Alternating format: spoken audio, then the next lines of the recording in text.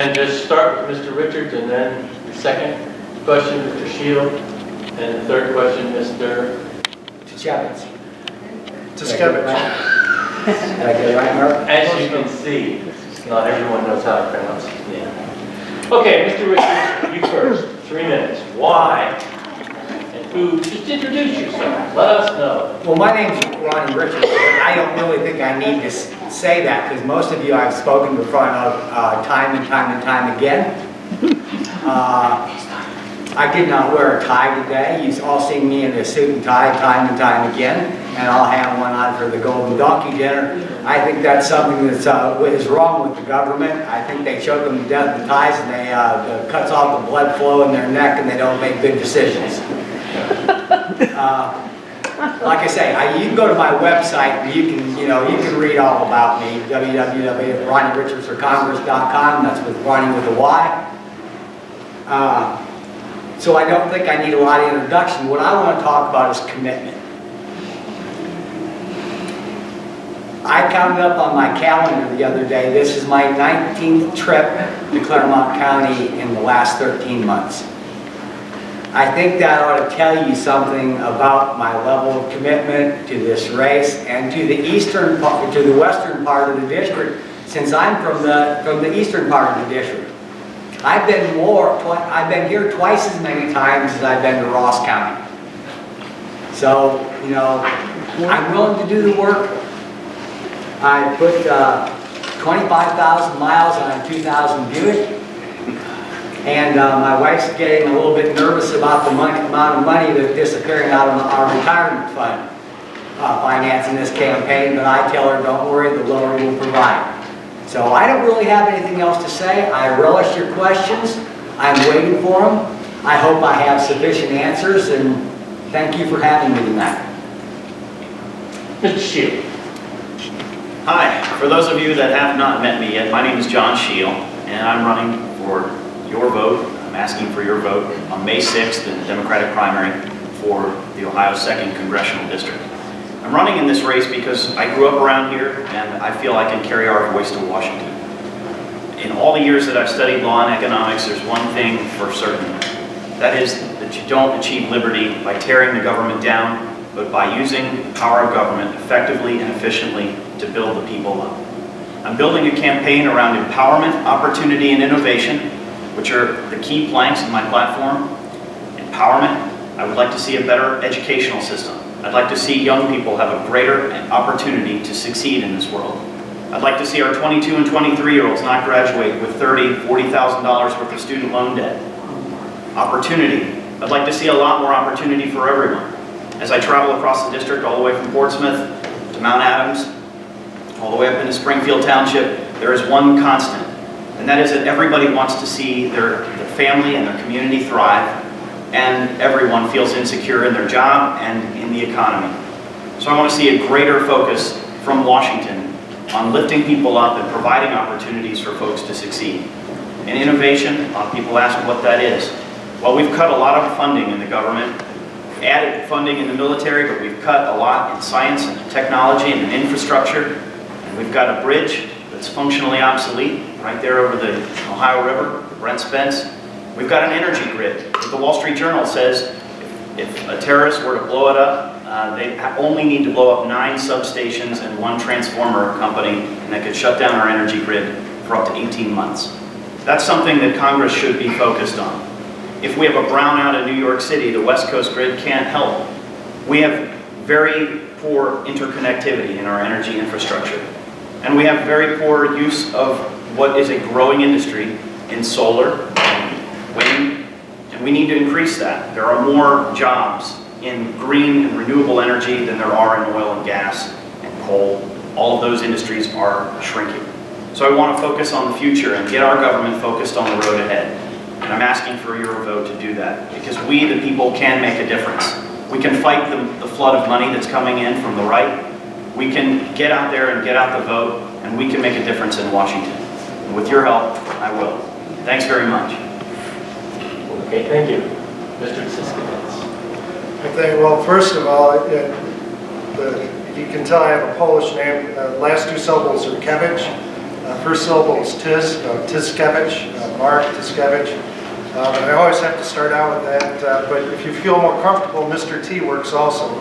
That's what I was called when I was a high school math and physics teacher. I am the son of Polish immigrants. They came to this country like many other immigrants looking for the American dream. My parents had no money when they came to the country. My dad got a job working for the state, for the Department of Transportation, working on the highways. And he was the breadwinner for our family. I don't think he ever made more than $20,000, but he was able to save. He bought a modest farm, 2-bedroom farmhouse, 80 acres. He raised me and my 3 brothers, so 4 sons, and put us all through public university, which is very hard for someone in this day and age to do with that income, which is why education is so important to public education. So I have a degree in mathematics. I started out as a high school math and physics teacher. I did that for a few years before I discovered what an actuary was. And if you don't know what an actuary is, we use math and science to predict how much things are going to cost in the future, what financial obligations are going to be in the future. So I primarily work with governmental plans, governmental entities all across the country, tell them what their pension obligations are, what their health care obligations are, and how much we need, how to fund those, and how to pay those promises off. So as a teacher, actuary, I'm also a small business owner. I own a yoga studio in Hyde Park. It's called Move Your Height. My wife thought of the name. So that's who I am. A teacher, actuary, business owner. The theme of my campaign is integrity. The website's electintegrity.com. Integrity has 2 components, a moral component and being unimpaired, like a bridge is an integrity if you can cross and it doesn't collapse. Under both definitions, Congress isn't in integrity right now. It's the least productive Congress in modern history. So I firmly believe if we elect politicians with integrity from both sides, Democrats and Republicans, we can get Congress working again with integrity. We can start moving the country forward. So I'm looking forward to talking with you and answering some more of the questions. Thanks. Thank you. We'll start with you, Mr. Well, there. Mark. I can't get his name right for love of money. And I have Marsha Oganowski to help me here. Okay. Why do you think you should be elected to Congress? What matters? Well, like I said when I started off, if we elect politicians with integrity, a lot of the problems just become obsolete, right? We have all these problems with campaign finance reform. We can pass all the rules we want, but politicians without integrity are going to figure out ways around it. So the most important thing is find politicians with integrity from both sides and elect them. I think I'm ideally suited for Congress because of my background. I was a public school employee, a teacher. I was in the teachers union when I was a teacher. I'm an actuary who's experienced in working with government entities, from the city of New York to the state of California, working with them on how to fund their financial obligations. So I'm fiscally responsible. I'm also socially progressive, which I think most of the country is. And I think that's the ideal combination to be able to win this district. To attract the Democrats, but not just the Democrats, the 20 to 30,000 independents who voted Republican in the past election that we need to win this election. So, the other thing, I'm a business owner. And so the combination of being a business owner, I'll be able to speak with independents and bring the kind of common sense to Washington that we need to tackle with, how the Affordable Care Act affects businesses and however other social programs are funded and administered. Mr. Richards. Give me that one more time. Repeat the question, please. How do you intend to, why do you think you're a better person for Congress than, say, Brad Wenstrup? There we go. Here's what I think. I think when we set up this country, of course, we set up the House of Congress bicamerally. Sort of like they did in England. There was supposed to be a House of Commons and a House of Lords. Well, what we have now is we have two Houses of Lords. And what I bring to the table is a totally different perspective. I've looked at this, and I am the 2nd District. I have a very varied background. I've been a business owner running a pre-commercial thinning business when I was way younger on the West Coast as a farmer. I've also been a state employee with 9 years experience as my chapter secretary of my union. And now I grow fruits and vegetables and sell them in the local farmers market. I know the 2nd District inside and out. I feel like that I'm very much akin to them. And the other thing I can say is that I'm the endorsed candidate from Labor. Labor's Local 83 in Portsmouth, Ohio. And so I know Labor and I know the business end of it, and that's about all I can say is why I think I'm the best fit, and why I also think that I'd be very effective in Congress, because I speak for the working class, and I think we need more of those in Congress. Mr. Shield, would you like me to repeat the question? No, that's all right. Okay. I feel I'm best qualified to represent our area in Congress for many reasons, not least of which I've lived all my life in this area. I grew up just down the road. I live on the border of Hamilton and Clermont County. I've spent a lot of my life in this area working. I've been in big business, I've been in small business, I've started my own business. I grew up in a family where we were taught to whom much is given, much is expected. And I grew up with a good community, good schools, and a great family, and a lot of opportunities that just don't seem to be there for the future generations. And that's what drives me. I'm very concerned about my children and other families in this district. Now, I was taught that we have to be an advocate for our communities. In law school, we're made to learn the ins and outs of the Constitution and federal system. If you haven't been to law school, it's sort of like a very long, extended civics class in high school, sometimes too long. Anyway, I worked my way through law school in the court system, and I've seen on the front lines how a good law can help a lot of people, and how a bad law can really harm a lot of folks. I'll never forget sitting there listening to Judge Walker say to someone who came in that he just couldn't help them. As much as he wanted, he couldn't do anything about it. And this young gentleman was begging and pleading because he wanted to change his station in life. He wanted to expunge his record, and unfortunately the law was written the way that it was, and he said, I'm sorry, as a judge, I'm bound by the laws. If you don't like the laws, you're going to have to change them, and you're going to have to go to your legislature to do that. So with the legal education and training that I have gained over the years, with the opportunity to live in a good community and represent a good family and the families of this district, I feel I can carry our voice to Washington. I can bring the common sense leadership that so many of us talk about. I can fight for the working class. I live paycheck to paycheck many months. I know what it's like to have multiple jobs and to try to just make ends meet. And I know what it's like to rely on a strong public education system for my children. And I want to see those opportunities there for the future.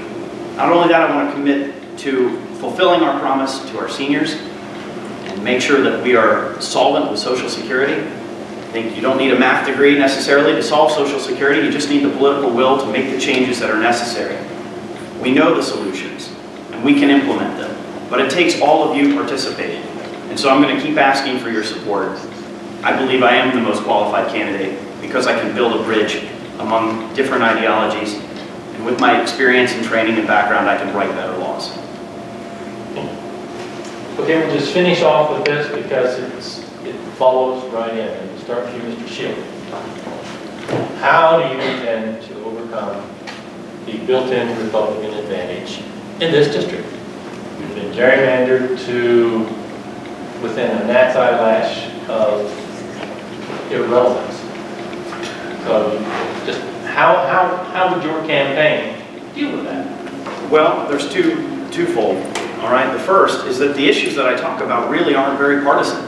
Everybody needs a good job. Everybody needs a better opportunity. Everybody wants their child to have a good opportunity to go to a good school and to get ahead in life. That's the American dream. That's not a Republican problem or Democratic problem, that's an American problem. And for too long, we've had this failure of trickle-down economics that has shrunk the middle class and has kept the working poor down and has only allowed the wealthiest among us to flourish.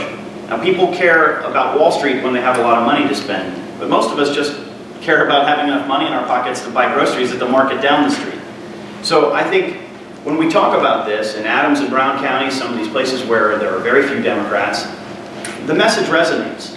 And so I think having the right message, that is one piece of it. The other piece of it, certainly, is getting the ground game out. The Obama campaign showed us how to do it. Wellstone was a great asset to my team, and it confirmed that our plan of direct voter contact is the #1 way to convince people to show up to the polls and to vote. Not just voting for the party, but voting for the best ideas. I've met a ton of Republicans out there as I knock on doors who say, you know, I once was a Democrat, but either I don't like Tim Burke, that happened to me yesterday, someone said, I don't like Tim Burke, so I'm now a Republican, but I'm pretty moderate. So we need a lot of the moderate Republicans who have been disaffected by the way that Washington has been working for the past few years, people who are fed up with gridlock and obstruction, get them to come over and look at the future and put people first, put people above politics. So we want to get the government working for the people again, moving the ball forward for America. And that's my message, and I'm going to bring a very large team out in the field in order to get the votes to do that. Mr. Tiskevich. Yeah, perfect. So to beat Brad and his advantage, to win this race, the candidate's going to have to do 3 things. One, the person is going to need to raise approximately $1 million. Second, the campaign will need to turn out the Democratic vote.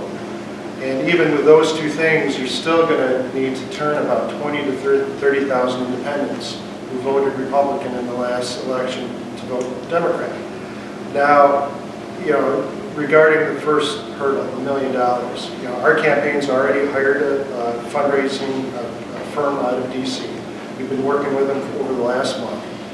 They've put together a plan on how to raise this money. In the latest report they gave me, they've identified $1,356,100 potential contributions that can be raised. And this is a combination of, you know, call time by me, which I've been doing over the last month, calling, you know, every person I know across the country and a lot of people I don't know. Fundraising events, digital fundraising, finance committee activities, labor PACs, and interest group PACs. So once you raise this money, then you have to spend it. So how do you spend it? Well, mass media, predominantly television ads, targeted direct mail, paid staff for canvassing field operations. We would have an office in Scioto County and Hamilton County. And then we'd hire this consulting firm out of Chicago. They're comprised of former Obama staff members who know how to build a grassroots infrastructure. So we're going to hire these guys, have them help us build the structure from Hamilton to Scioto.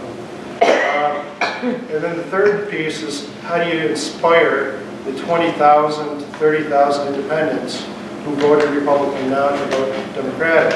And that's where I come in with, you know, my business background, my fiscal responsibility as an actuary.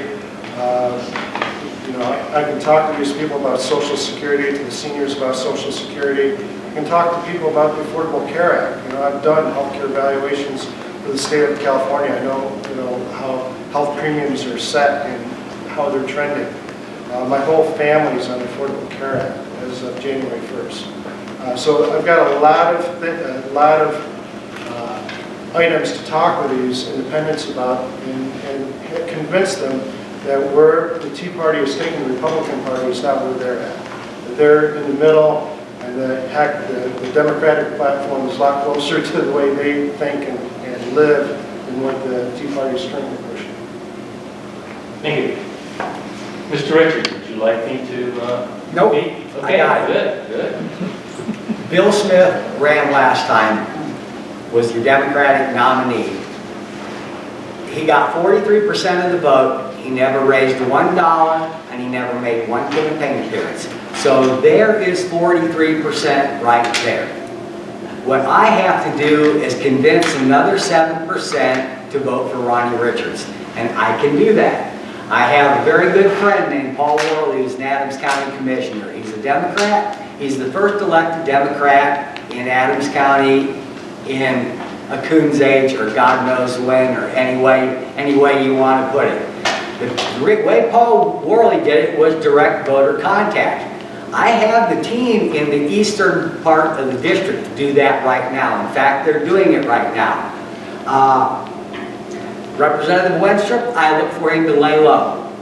He's had a very rough year voting against this, and I don't know that he oh yes, he did vote against a veterans bill that I would have also voted for. Every other thing else he's voted against, and there's a lot of things he voted against that I would have voted for, like mostly everything. You look at his record, he voted against Sandy Lee. Everybody up and down the river that's in the floodplain, or even if you live up the Souder River or the Little Land River or wherever, you ought to be really concerned about that, because is he going to come to your rescue? Well, yes, he will, but that just makes him another hypocrite. I'm going to attack him on the ACA. I am not going to back up on that. Although I'm a single payer guy, it's the system we have now, and we're going to work with it. He voted against the Violence Against Women Act. How is he going to? We should be getting women in our camp, and we can do that. By the way, if you're a woman and you're still concerned about we don't have an Equal Rights Amendment, I am the endorsed candidate for Progressive Democrats of America, the ERA Action 3-State Strategy Team. He voted against the Farm Bill. Now, I didn't like the Farm Bill, but I would have held my nose and voted for it. Sometimes you have to cut the best deal, and that's the art of compromise. And like I've said time and time again, I'm not going to push back against Representative Wenstrup. I'm going to punch back. And when I get done with him, his mother won't vote for him.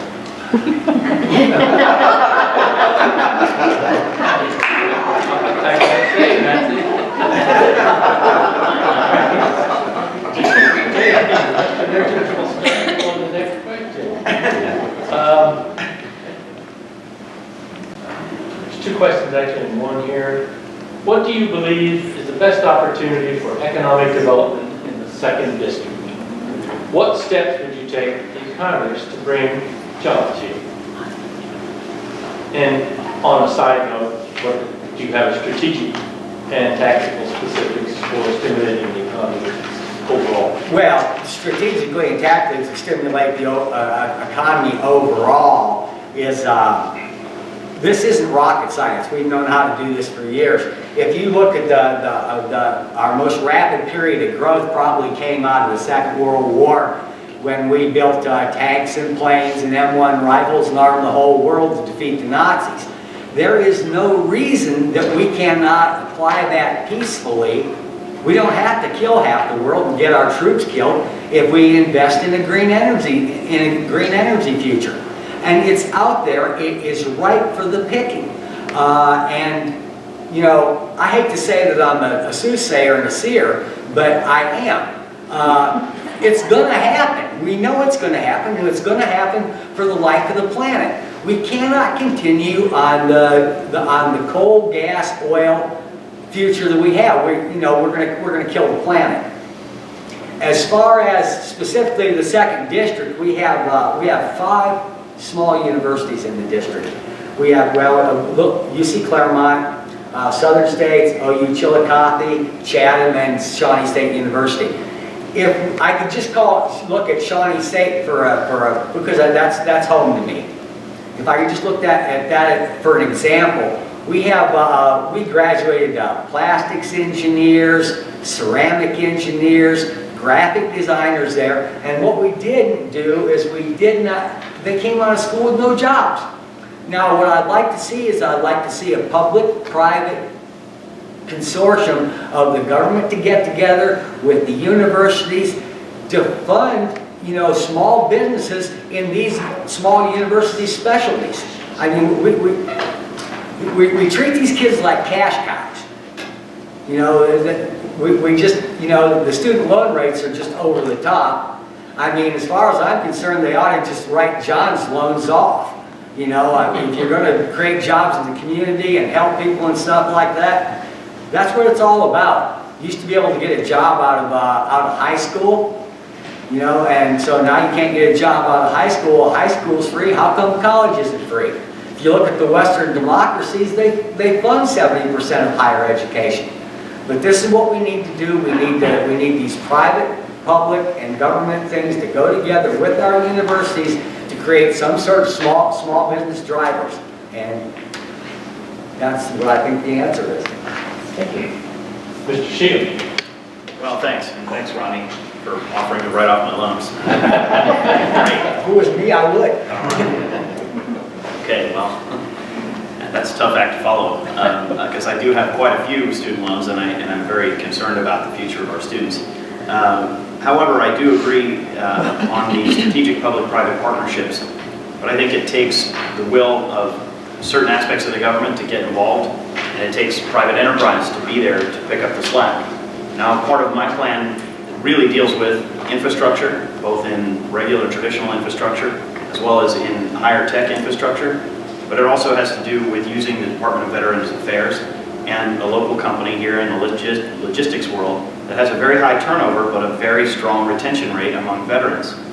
I'd like to create, and we've been talking back and forth with the heads of this company, to create a strategic public-private partnership that would create a veterans relocation program right here in the Pierce Township, West Clermont School District, to try to help some of these logistics folks retain their people, but also build their community.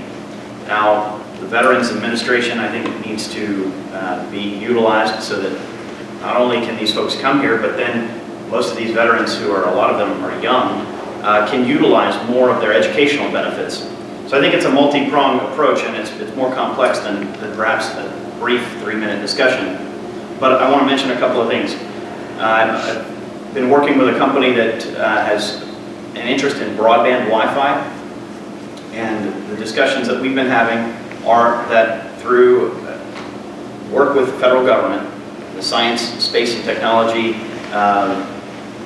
subcommittee or committee, that we can divert a little bit of resources, very modest amount, to put in broadband Wi-Fi across Adams and Brown counties. Now, when you think about what you can do with a broadband repeater the size of my house that can cover one of these glaciated areas that's a big flat plain, you can have all of the school children in that area have immediate access to the world's greatest libraries, Google at their fingertips. You can also help cottage industries, agricultural products, hit the market without friction. There's a lot we can do, but it takes the political will to do it.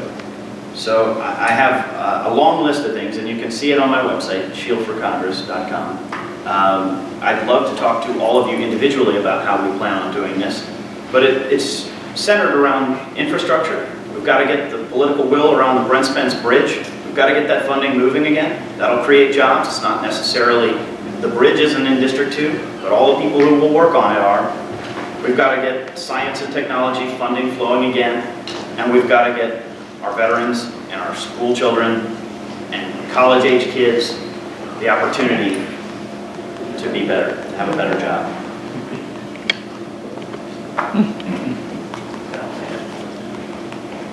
Okay, Mr. Tiskovich, do you need for me to repeat? No, I got it. So I'm a firm believer where there's a will, there's a way. You know, so we had a will to go to war with Iraq and Afghanistan, and we funded those wars over the last 10 years to the tune of about $3 to $4 trillion. I know the Tea Party likes to talk about how much we're in debt and how much we can't afford something, but then when we have to go to war, when we have the will to go to war, you know, we can come up with, you know, $3 to $4 trillion. Do you know what that $3 to $4 trillion could have bought us? I mean, it could have bought us tuition for every 2-year and 4-year college program in the U.S.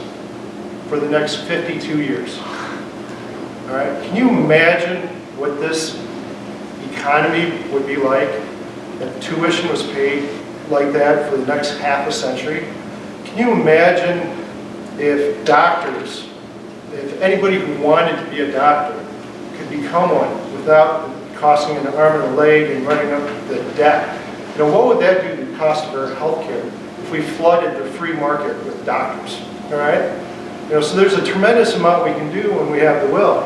So the money, you know, if I'm elected, we can get money allocated for jobs programs. I think part of it should go to education. Specifically, I would expand the Pell Grant program. You know, Pell Grants right now provide grants. You don't have to pay them back to students in financial need. It's about $5,600 a year. I think that should be expanded dramatically to cover the cost of a full year of college. So especially for people unemployed in our district, you know, have the Pell Grant program expanded, let them go to college, learn new skills. I think part of that program should be expanded to provide on-campus jobs for them also. So if they're driving into UC or wherever, you know, that they can actually do one trip, you know, get their education and then work on in some field related to what they're studying and make some money for the gas and for the insurance and for the car payment it takes to get there. The other part of the money, I would go to rebuilding the infrastructure, expanding utilities, broadband.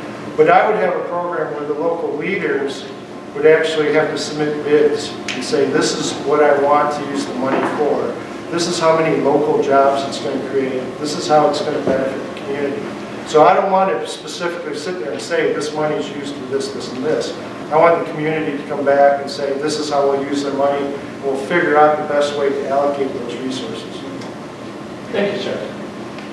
Okay, Mr. Tiskovich, we will start the next question with you, and this is a follow-on because you all have talked about something that, again, is going to be hammered and hammered and hammered. And I don't know if everyone in here is obviously aware of this, but when the Republicans speak of doing things, they cite taxpayers. When Democrats talk about improving society, they speak of citizens. And so what I would like each of you to do, starting with you, Mark, is give me your rundown on the taxpayer versus citizen analysis, because it's going to come at you constantly. They talk about taxpayers, they talk about stakeholders, we talk about citizens. It's almost as if we're talking about two different people, but trust me, we are. Please, just this. Yeah, it's, all right, well, this is symptomatic of what's going on in our corporations too with CEOs. I mean, it's the exact same story. It went from stakeholders, the employees, you know, the community and shareholders to just shareholders. You know, what's the best way we can maximize profit to our shareholders, and that means moving jobs overseas, so be it. So this is a whole paradigm shift that's been happening in the last 20 years that we need to come back to. But, you know, as far as taxes go, I mean, the taxes for the 1%, the top bracket, are the lowest they've been in decades. And I think we live in the wealthiest country in the history of this planet. And I think those who are better off can afford to pay a little more in taxes. And I'm also a believer, you know, what do you do with this tax money? I'm a believer in Keynesian economics. That when you spend the money in the community, in the economy, it just doesn't disappear, it comes back. And I'll give you an example. I mean, you know, I'm going to show you how this $1 is actually equal to $6 under Keynesian economics. All right? So say I owe you $2, you owe Charlie $2, he owes me $2. I give you the dollar, you give him the dollar, he gives me the dollar. Now it's worth $3 and half our debt's paid off. I give you the dollar back, you give him the dollar, he gives me the dollar. Now it's worth $6 and all of our debt's paid off.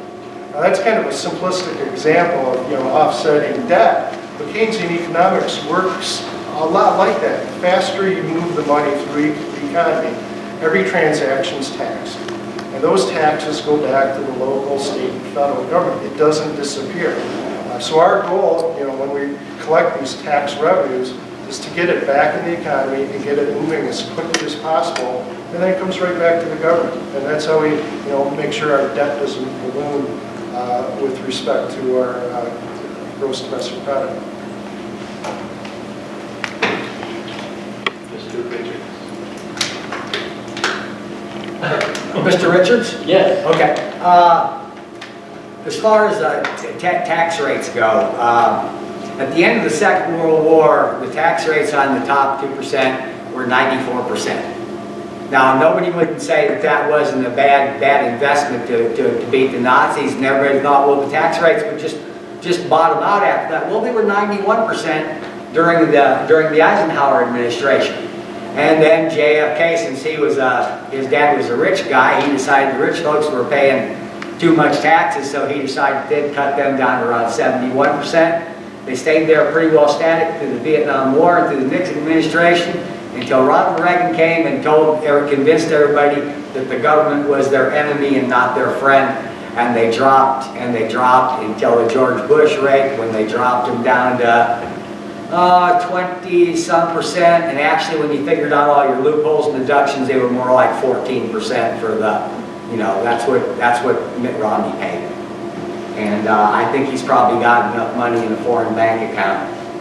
As far as debt loads, we've carried debt loads in this country since the Jackson administration, meaning Andrew Jackson. There have been times that the debt loads have been higher than they are right now. I cannot wait until Representative Wenstrup wants to talk to me about the national debt of $17 trillion, because the trouble is that nobody can understand it because there's too many zeros on the end. It's the same thing as if you owned a $100,000 house and you only owed $17,000 on it. That's not too bad, is it? I also figured out against GDP and net wealth in the United States, and my share of the national debt isn't really $56,000 like they say, which would be $250,000 if you had a family of 4. My share is more like $368, and I'm ready to write my check right now. I would like Bill Gates to write his check. I'd like Warren Buffett to write his check, and I'd like Representative Wenstrup to write his check. And if they are really serious about erasing the national debt, I'm ready. Mr. Shield, you want to repeat that? No, I think I got it. I think that the crux of your question is whether or not, how we would respond to this dichotomy between citizens and taxpayers. Well, as I said the other night, some of you may have heard me say this, it seems more and more that the grand old party has become not grand old party GOP, but guard our privilege GOP. And those folks in Washington seem to represent more and more of the millionaires and the billionaires rather than the people that elected them. 70% of our economy is driven by consumer spending. And if let me just ask you, how many pairs of jeans do you think a billionaire wears or buys in a year? We've all seen, many of us have seen the movie Inequality for All. It does a great job of illustrating that it's not that the wealthies are making too much, it's that they're spending too little. It's that all of us who don't have the money in our pockets can't stimulate the economy, and that's where you get Keynesian economics. In a downturn, you need the economy to be stimulated by government spending, but you don't need it to be spent on programs that build another tank or that tell the Secretary General of the Army to buy 1,500 more tanks when we've got 1,500 of them sitting in a parking lot. We don't fight wars with heavy infantry anymore, and we shouldn't be spending all of our money. We spend more than the next 13 countries combined on our military infrastructure. Now, the difference really is between the citizen versus taxpayer is that the discourse seems to be that those people who are paying a lot in taxes, i.e. those people with millions and millions and millions of dollars, because even if it may only be 14%, through their capital gains tax, that's a lot more than I pay in raw numbers. But that doesn't give them and their power of the vote any more power than my vote. And so all of us have to get out there and vote so that we can be voting for all the citizens. We're taxpayers too, it's one and the same. Now you brought up citizenship, and I want to briefly mention that there are 11 million undocumented immigrants in this country, and we need to find a pathway to citizenship for those folks, so that they can fully participate in the economy. by and large, younger, hardworking. They're contributing in sales tax and in a number of other ways to our communities. We need to open up a pathway so that those folks can be full citizens, and if they pay a premium for the first 5 or 10 years when they're citizens in their tax penalties, then we're adding to the money that we've got to pay down the national debt.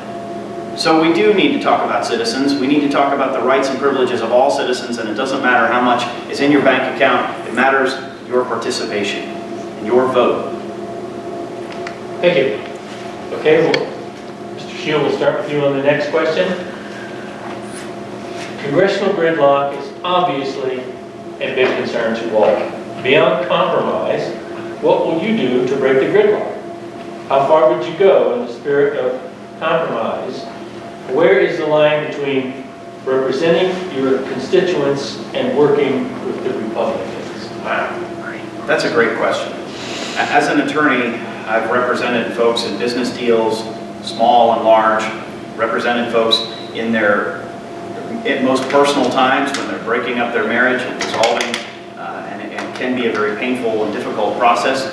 And often what I have to say to folks is that sometimes compromise is an agreement in which both sides are equally dissatisfied. That's not the style of leadership, though, that we need in Washington. We need a leadership that builds a bridge so that folks can understand that you have their value system at heart and that they will be willing to work with you when the time comes. Now, there are some bills that would be put forth by Democrats that Republicans would never vote for, and vice versa. However, I believe in being a good steward of the fiscal dollar, of the federal dollar. I believe in being fiscally responsible. I believe that waste in government can be redirected towards programs that help people. And I think there's a lot of people on the other side of the aisle that would agree with me on that. I know that Rand Paul has a very good idea as far as funding for the Brent Spence Bridge. I'd like to talk to him about that. There are a lot of folks that will follow Rand Paul's lead just because he happens to be sitting sort of in that discussion of whether or not he's going to run for president. But there are other leaders in Washington who I think will do a better job, namely Hillary Clinton. But I think that Rand Paul has a future, and he will still be in the Senate when I get there to the House of Representatives. And I think that it's going to take the House and the Senate to sit down and really figure out what it is that's in the best interest of this country. And wasted federal spending is not in anybody's best interest.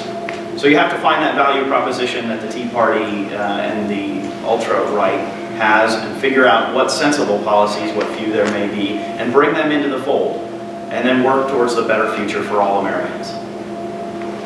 Thank you. Mr. Tiskovich, do you want to repeat the question? No, the question was how am I going to compromise? Not your principles, but... Yeah, no, but you know, I agree with John. You know, compromise has bad connotations to it. You know, when you compromise, there's a sense of resignation. And I don't like to use the word compromise. I use the word negotiate. You know, when you negotiate, by definition, both sides win. In compromise, you know, you get an upset. So I like to focus on negotiations. Right now, there are no negotiations going on in Congress. You know, like I said, it's broken. It's the least productive Congress in modern history. We have votes out there that are symbolic votes. You know, it's like 50 votes to defund or repeal the Affordable Care Act. You know, that serves no purpose. It's going nowhere other than to get people's emotions going so they donate to the party. And that to me is being out of integrity. You know, if you're a politician with integrity, you don't put out votes that you know will be dead ends, that are only designed to get your base motivated to donate.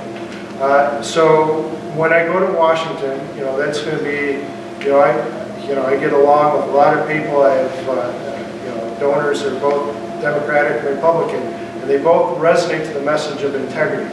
Bringing to integrity to Congress, it doesn't matter which side you're on. People recognize there's a person with integrity, that he's doing things and he's being in a way that's authentic. And so I'm going to remind the politicians that are sitting across the aisle from me when they're not being authentic, where they're being out of integrity. And then, also call them out on the facts. As a science teacher, as an actuary, pretty good with those facts, and I can point out the flaws in their arguments. So I guess that's it, being authentic and negotiating and finding common ground. Thank you. You want me to repeat? No, Good. I'm not going to Washington to make enemies. Although I'm a core principle Democrat, I do not see the world in terms of black and white. I see the world in shades of gray. Everybody that knows me, I'm a facilitator. I was a forest firefighter as an occupation, and I'm much better at putting out fires than I am at starting them. If you'll look at my first statement in thing I called We Believe, it says we believe in the rights of labor to negotiate with management to the mutual benefit of all. And this is what we need to do. I've said time and time again, I will vote yes on any bill that helps the citizens of the 2nd Congressional District, and I will vote no on any bill that impacts them negatively. And you might call me an Alan Grayson with tact. I'm to the left, but I can work. I can work with those on the right. I know I can. You know, like I said, I'm not going to Washington to make enemies. Starting with you, Mr. Richards. And these are the environmental questions, because what kinds of anti-contamination steps would you take to take a lead to see implementation of if bluegrass pipeline becomes reality? And another person throws into that, then how would you deal with Seacoast? This is going to fall in Congress's lap. Trust me. This SECO, that's the big thing out there. Yes, that's the highest Okay. spot in Yeah. Clermont County, and if it leaks, we're all drinking. And you're throwing the bluegrass pipeline in there together. Yeah, because they're both environmental issues. They both are. Well, there's a lot of environmental issues in the Ohio River Valley, believe me. Yes. They have treated us as the nation's sewer, and well, if you just read they just came out and they said the Ohio River Valley has the dirtiest air in the country. Now that they cleaned up the smog in LA, you know. But we're sort of tired of being the whipping child of the petrochemical and gas industry, and that's sort of the way I approach this new bluegrass pipeline. I'm not in favor of it. And how you stop something like that, other than your vote in Congress, I wouldn't have a clue. You know, and that's the only thing I can say is that, you know, when I go there, you know, I will try to throw the anchor out as quickly as possible and try to stop that thing from coming through there. It's not like we think that there's not ever going to be a rupture or a leak in it. I mean, you can look around and we're dumping oil all over the world now. Every place we've got pipelines and ships and everything that, you know, wells in the Gulf of Mexico. I know we need the energy, but there is another way forward, and we're going to go there sooner or later. Just to make a point, I heard Ed Fitzgerald up in Chillicothe 9 months ago, and they talked about fracking. And he said, well, if they called fracking, they said it's going to be a bridge to the future.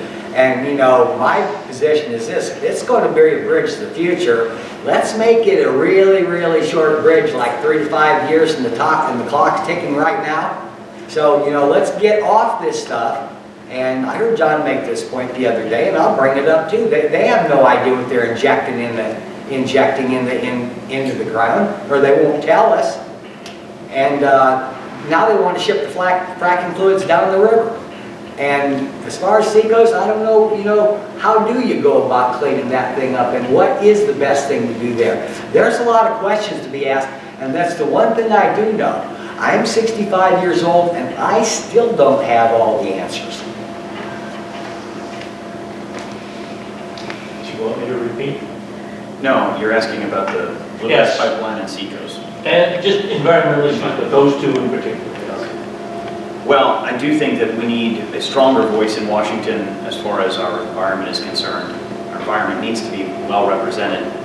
As far as the Bluegrass Pipeline is concerned, I think we need the grassroots activism that's happening right now. I think we need folks to know that they do have a choice as to whether or not they allow the pipeline on their land. They can tell the pipeline folks no, and there may be some strong opposition from the pipeline people to try to get an easement, to try to do a study on their land, and they may have a lot of financial incentives, but it's up to the people to figure out whether or not they want it. It's not necessarily the federal government's role to step in and tell a private landowner no, but it should be the federal government's job to make sure that there are environmental regulations in place so that if a spill occurs, if and when, that the right people are cleaning it up and they're punished for it, and that there should be very strong disincentives from a federal level to let these things happen in the first place. You know, if BP knew when they broke open the well in the Gulf of Mexico that they were going to be fined billions and billions of dollars right from the get-go, and that they couldn't defeat it just from a lawsuit, that maybe they would have been a little more safe with their actions. I think that's really the role of government, is to provide a bulwark against these corporate entities that will run roughshod over the private citizen in order to make an extra dollar. As for Seacoast, I think we need a comprehensive energy plan that includes what do we do with nuclear material after it's no longer being used for anything, after we're no longer producing nuclear fuel. There was a tweet that came out from a hedge fund gentleman who said that the nuclear fuel industry is dead. Just a day or two ago, he said the handwriting is on the wall. So it's very interesting to see that these investors and industry leaders are saying that nuclear is gone. But it's up to the United States government to make sure that there are sites like we had in Fernald that are cleaned up, and that property is usable for other things in the future. So I would say we need to strengthen the EPA. We need to make sure that regulations are being followed, and that sensible regulations are put in place moving forward. Mr. Kiskevich, how about you? Well, let me start with a bigger picture and, what I think our energy plan should be for the country.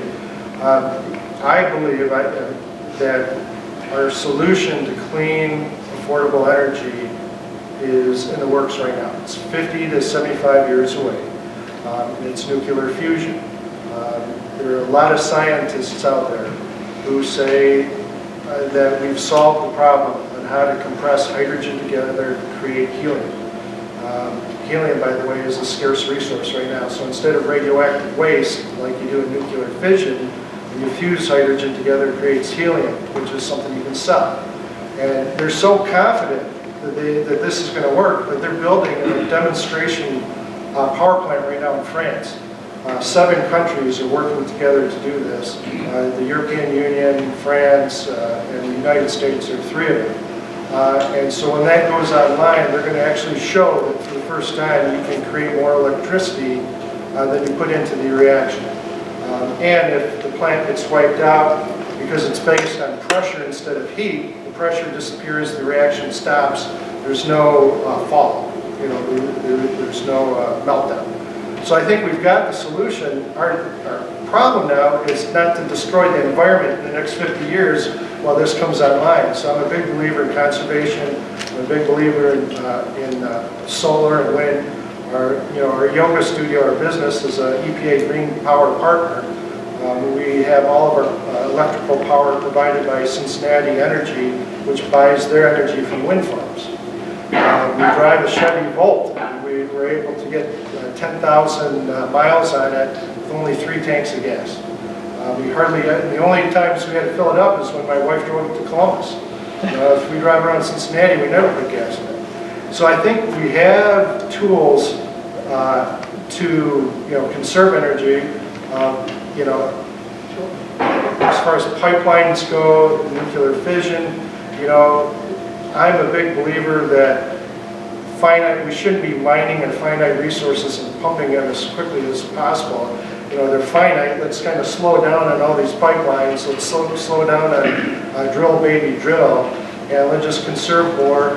The stuff that's out there now, let's enforce the regulations. They're there to the fullest extent, and just protect and do what we can now until the cheaper clean power comes online.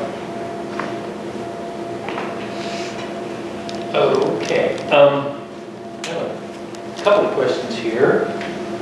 Starting, and they're all around the Affordable Care Act, protecting it. Do you think we can get single payer, and how to protect Social Security? So let me start again with you, Mr. Tiskovich, and see if I can put these together. How do you protect the Affordable Care Act?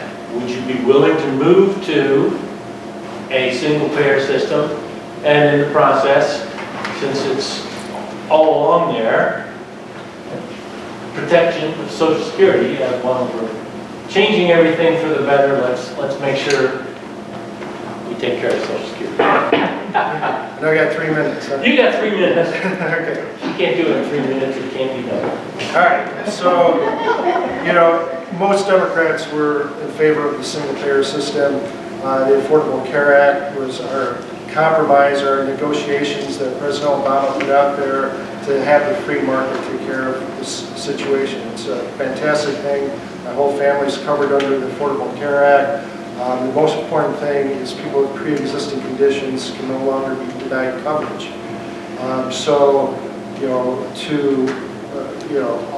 Have everybody covered, as an actuary, I know that increases premiums. That increases the cost of healthcare. So what do you have to do? You have to get younger, healthier people covered. You saw just last week that we got over 7 million covered. We got healthier people in the system now that drives down premiums. The Affordable Care Act does it with both with carrots and sticks. The stick is if you're not covered, you get a tax. So if you make less than $20,000, $19,650, there's a $95 tax if you don't get covered. But it also gives you the carrot. If you make less than that, you have some rebates in your premiums that come in the form of your tax rate. So I think that's all good things. I mean, there's some elements of the Affordable Care Act that affect small businesses. There's this 30-hour requirement. There's this 50-employee requirement. And whenever you, as an actuary, whenever you put arbitrary constraints around it, there's going to be anti-selection. People are going to figure out ways, businesses are going to figure out ways to game systems around those cliffs. So, they're designed as sticks for the small businesses to implement it. If I change anything on the Affordable Care Act, I'd look at putting more carrots on there for businesses to provide the coverage. Because the stick's already there for the younger people. They're all looking for coverage. Everybody's looking for coverage. If we had a stronger economy, the businesses would naturally want to do this in a free market. They'd say, hey, I'm going to create this health plan to draw as many workers as I can to it. So, and last piece, Social Security. Social Security actuaries have done projections, and as little as 20 years, 19 years after this election, Social Security could run out of money, which means benefits are cut. They don't disappear, but they drop to like 70% of what you normally would get. So the solution there is simple. You have to put more money into it. As a pension actuary, I know pension benefits aren't funded with warm feelings and good wishes. They're funded with cold hard cash. And so to fix Social Security, you're going to get more cash into it. And I yield my remaining 15 seconds. Mr. Roberts, it's the amalgam of Affordable Care Act, Social Security, and single payer. You already mentioned that you were a single payer guy. I think most people in the room are. So, how do you plan to make sure that we can protect these? Wow. Yeah. Okay. Very simply, I don't hear quite as well as these younger gentlemen. Social Security, that's a no-brainer, and that's the easiest fix there ever was in the whole world. Right now, you pay Social Security tax on $110,000 of income. If they took the cap off that, Social Security is funded forever, no sweat, no problem. The ACA was a Republican plan in the first place. It's what Romney Care is in Massachusetts. It was first proposed, if I'm not mistaken, by the Heritage Foundation. It was Richard Nixon's plan back in 1968. Am I a single payer proponent? You bet. Always have been, always will be. For those that are concerned about the insurance industry, that it might go, belly up, I'll tell you a quick story. My father was an insurance company executive out of Colonial Health and Accident in Cleveland, Ohio. In 1968, when they passed Medicare, all the rest of the insurance company executives said, we're out of business. We're out of business. My father said, no, we're going to make more money than we ever made before. Well, how are you going to do that? They gave all these people insurance. He said they gave insurance to people that never could afford insurance before.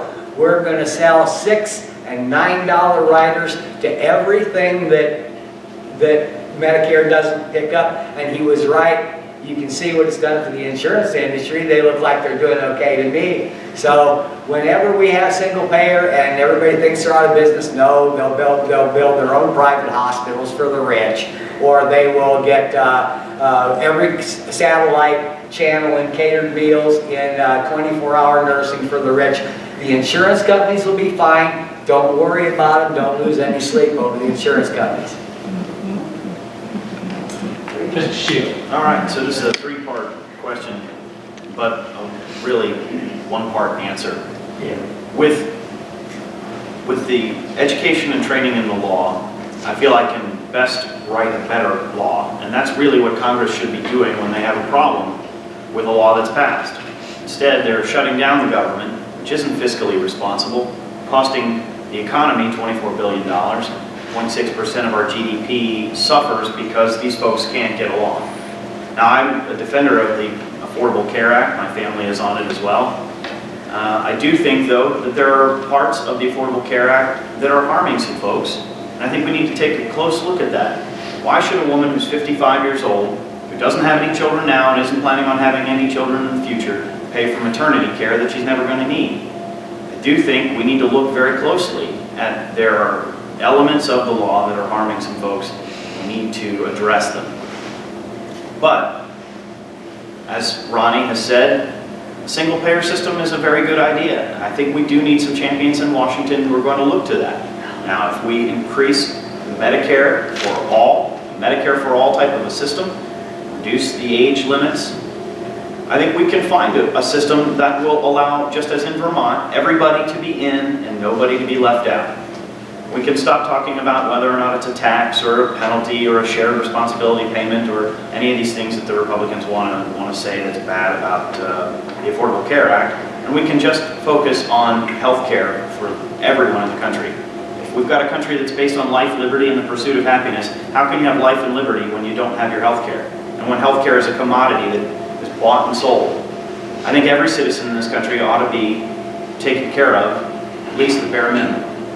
And if they show up to the emergency room, everybody else is paying for their care anyway. So we've got a more socialist system the way it was before the Affordable Care Act. So I'm a strong defender of that. I think there's a lot of steps forward for the American people. I am a proponent of a single-payer system. And I think that with Social Security, as Ronnie mentioned, you lift the caps and you've got the cash that Mark mentioned. It's not really a debate about cutting the benefits or lowering the retirement age. It's about having the political will to fulfill the promises that we've made to everyone in this country, that if you work hard, you can get ahead and you can retire, you can have something to live on in your advanced age.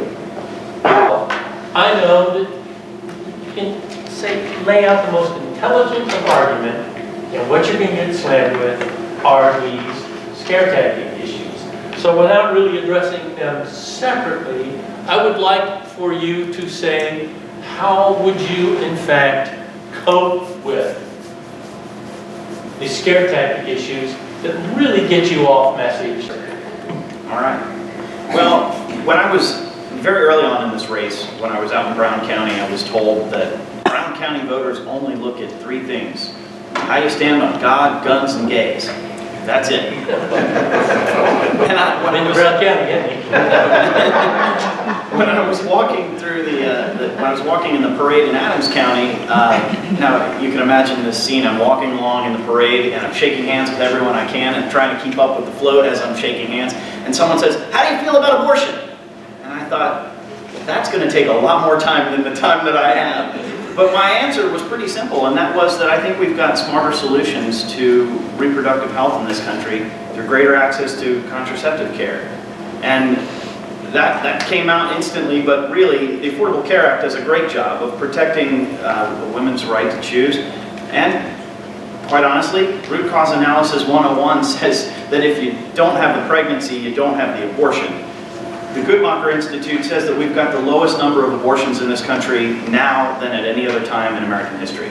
I think we need to have those kinds of policies that have put forth. I tried to tell my parents this before the election between Romney and Obama, because I read an article in the Catholic Telegraph that said that the president's policies were actually much better than Mr. Romney's policies would be as far as abortion. And it's because of that simple issue. Increased access to contraceptive care eliminates the need. Now, as far as women's rights are concerned, women's issues are economic issues. And so, again, talking to people in a very common sense way about how women can be full participants in the economy, how they can make their choice as to whether or not they want to have a family at this time or they want to pursue their career, I think that gives people a lot of freedom. And that's one way we can talk about it. As far as guns are concerned, I think the safest thing to say right now, I'm an attorney and I swore to uphold the law, both the Constitution of the United States and the laws of the state of Ohio. And I want to see people safe in their homes. I mean, the bottom line is, I don't want someone with a gun shooting my kid. I don't want my family to be affected by your right to bear arms.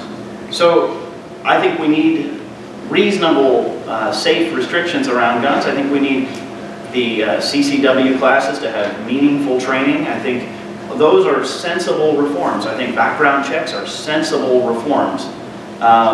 And when they try to distract you and divert you, you just say, look, I'm not trying to take your guns away. In fact, I'm trying to keep them safely locked up in your home.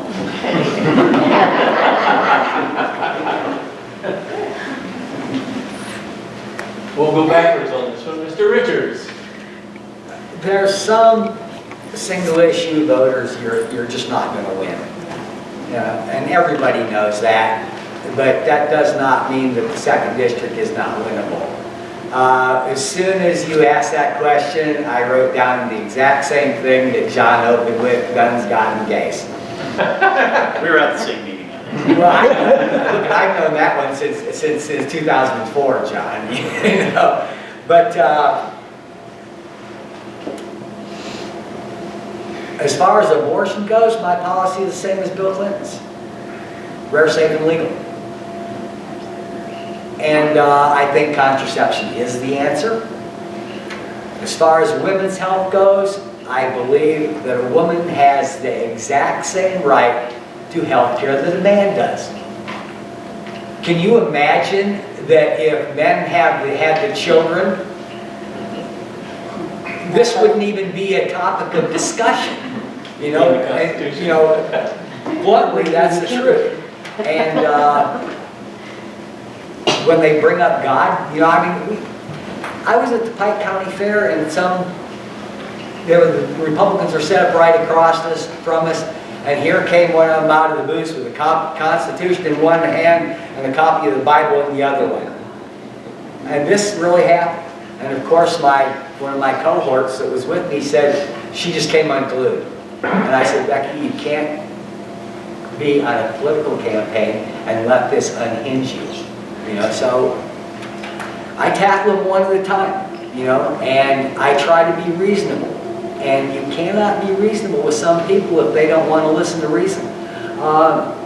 They say, how do you reconcile being a lay leader in the United Methodist Church with your stance on women's reproductive health? I said, you know, there's a lot of different interpretations of the Bible. So, you know, that's where I stand on that. And as far as guns go, I have a lot.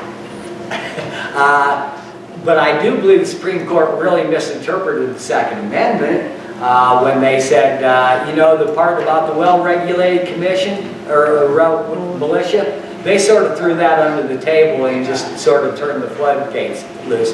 And really what we need is we need more intensive background checks to keep guns out of the hands of those that shouldn't have them.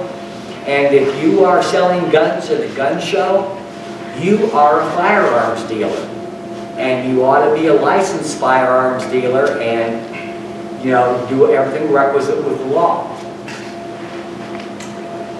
Mr. Tiskovich. Well, I think the way you debate and argue these points is you use their own words against them. You use the conservative words, you know, small government and free markets. And then you wrap it all up with integrity. So how would let me hit each one of these guns. So I'm running a campaign of integrity. I've met a lot of gun owners in the district. I don't own a gun, but I've met a lot of gun owners who have a lot of integrity. And they have the same feelings I do. They want to keep their guns safe. We all believe in the same common sense, you know, expanded background checks, that kind of stuff. What I would do with guns is something that I haven't heard anybody else talk about. I'd go one step further and talk about gun safety and applying technology to gun safety, and kind of in the same way we did to my Chevy Volt. You know, when I bought the Chevy Volt, I got a $7,500 tax rebate to promote green power. I think the federal government has a role that they could do in funding safe gun technology. So there's like biometric safes that open with your fingerprint that are expensive. You know, I think the government could do things to provide rebates for those to make them cheaper. There's emerging gun or safe gun technology where the gun will only fire for the proper owner. So there's a lot of stuff we could do where the Democratic Party could become, instead of the party that wants to take the guns away, the party that makes your guns safe. And the whole idea is that we're all people with an integrity, and we all want the safe things, safe guns. With women's rights, you know, I go to the small government. You know, I will never tell a woman what to do with her body. And if Brad Wenstrup wants to tell them, that's his fight. But I believe in small government when it comes to our private lives, whether it's, you know, women's rights, whether it's who you marry. We'll just keep the government small and let us live our private lives with integrity.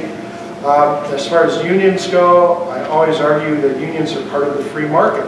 We have two people negotiating with these two sides negotiating.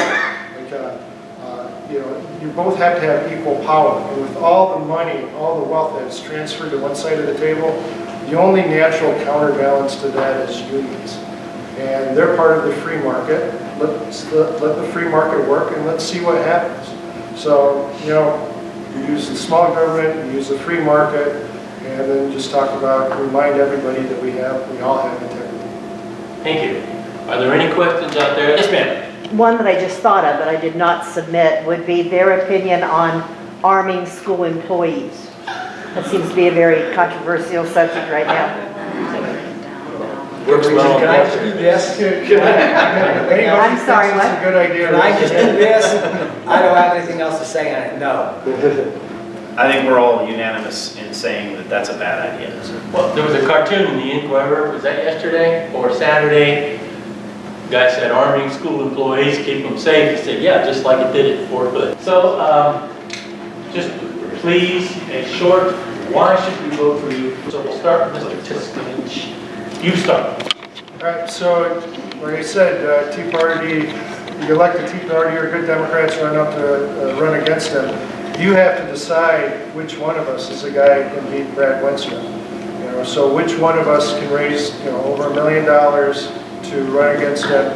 Which one of us can attract the independent voters? You know, the case for me, you know, independent women voters. I own a small business that caters predominantly to women.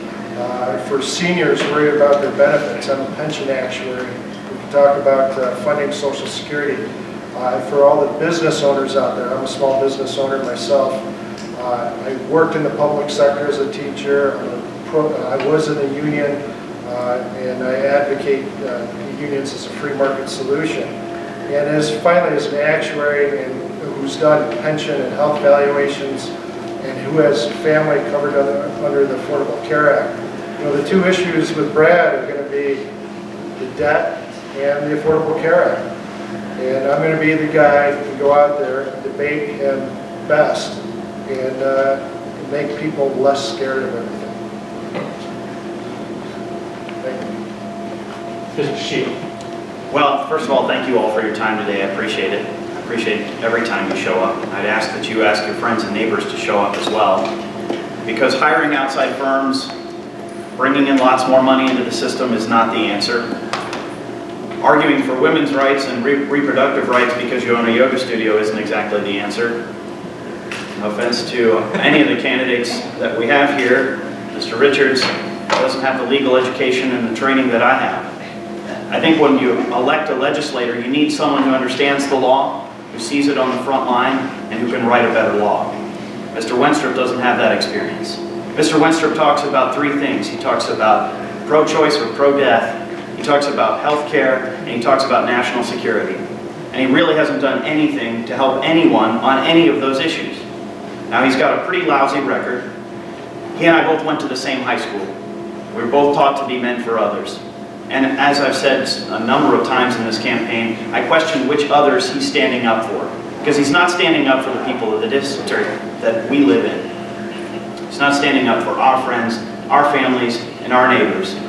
And growing up here all my life, with the education and training that I have, I feel I can best represent your voice in Washington and write better laws. Thank you very much. Vote for me on May 6th. Mr. Richards. Well, like I said to John the other night, I'm glad that he and Representative Wenstrup were raised to be men for others. I am the others. I am neither an attorney nor an actuary. I sort of feel like the odd man out is the carpenter.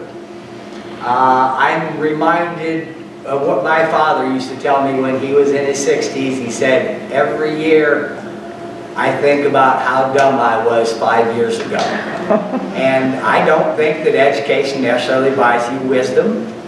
But I've been a student my whole life. I've read American history, American economics, world history, and I just think I bring a totally different perspective to the race, and I think I will, if we can elect a few more like me, we'll bring a totally different perspective to Congress. And thank you very much. I've loved the questions, and bless you all.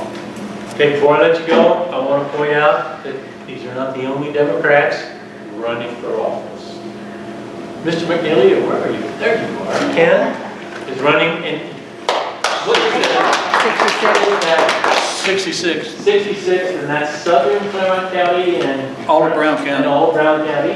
And Mr. Collier, you're running against my favorite, Boris Becker. John Becker. Yes, sir. 65 district. And then Rich is running against David Hubel, my ex-opponent, and more power to him. And I do think my problem, aside from being a Democrat, aside from being unknown, is I'm a very, very polarizing figure. I don't think we need to keep that in mind as we go forward, but I think we got a strong slate of candidates, and it's about time that we showed these people they can have all the money they want. There's two things you can't buy: happiness, which you can print it, and the second thing is the integrity of the voters. If you want to stand around, please chit-chat with the candidates. They're interesting people to know. We need to leave. Yes, sir. Oh. Okay, we got to leave the room clean. I have to tell you that.